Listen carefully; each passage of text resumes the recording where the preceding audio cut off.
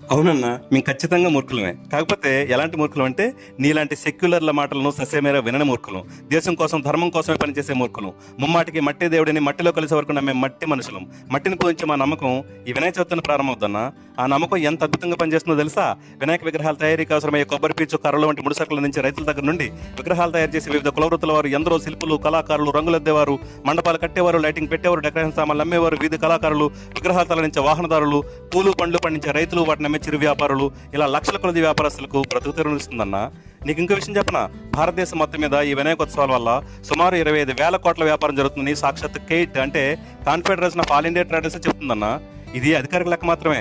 అంతెందుకు, మన 2 తెలుగు రాష్ట్రాలను సుమారు 10,000 కోట్ల వ్యాపారం జరుగుతుందని తెలుసా? దీని ద్వారా సుమారు 2 లక్షల కుటుంబాల పైగా ఏడాది మొత్తం ఉపాధి పొందుతున్నారు. ప్రపంచంలో అత్యధిక జనాభాతో నిరుద్యోగం తాండవిస్తున్న మన భారతదేశంలో లక్షల కుటుంబాలకు ఉపాధి కలిగిస్తుంది మా నమ్మకమే.